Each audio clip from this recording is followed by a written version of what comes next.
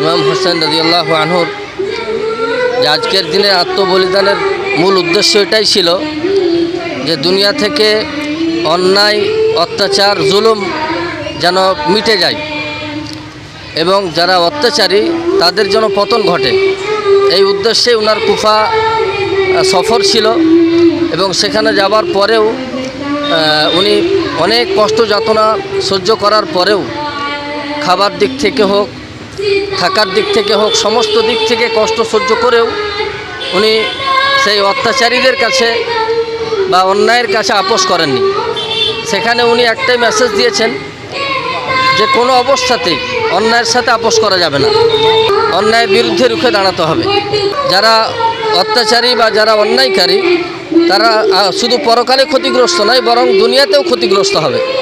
তো এই জন্য ইমাম হোসেন রাদিয়াল্লাহু আনহুর আজকের দিনের আত্মবলিদানের মেসেজ হচ্ছে এটাই।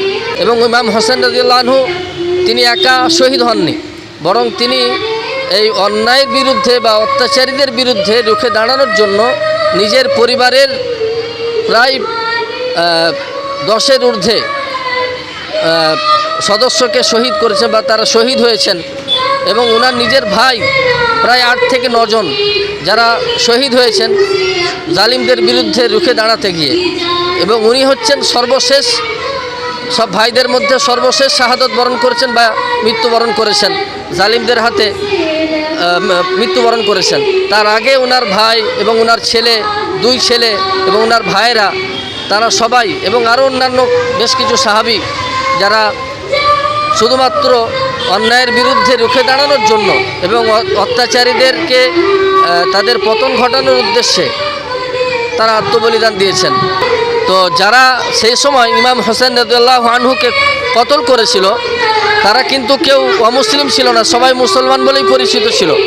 এবং তারা কেউ বেনামাজি ছিল না, তারা সবাই নামাজ পড়তো এবং তারা মুসলমান বলেই পরিচিত লাভ করেছিল। তারপরেও তারা হোসেন রাদিয়াল্লাহু আনহুকে শহীদ করেছিল।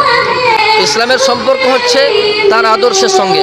ইমাম হচ্ছে এটাই যে তিনি যে আদর্শে আদর্শিত ছিলেন সেই আদর্শ নিজেদের জীবনে বাস্তবায়ন করা।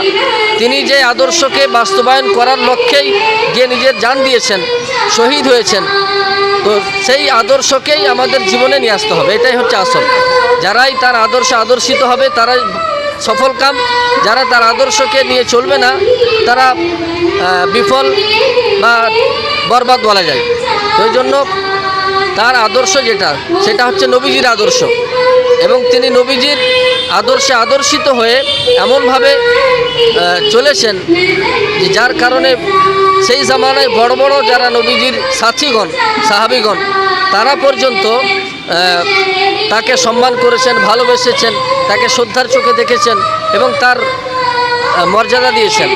তো এই জন্য তার উদ্দেশ্য এটাই ছিল যে নবীজির আদর্শকে সারা দুনিয়াতে বাস্তবায়ন করা, সেখানে কোনো প্রকার আপোষ না করা। এটাই আমাদেরও লক্ষ্য হওয়া দরকার, আমাদেরও এই উদ্দেশ্য হওয়া দরকার।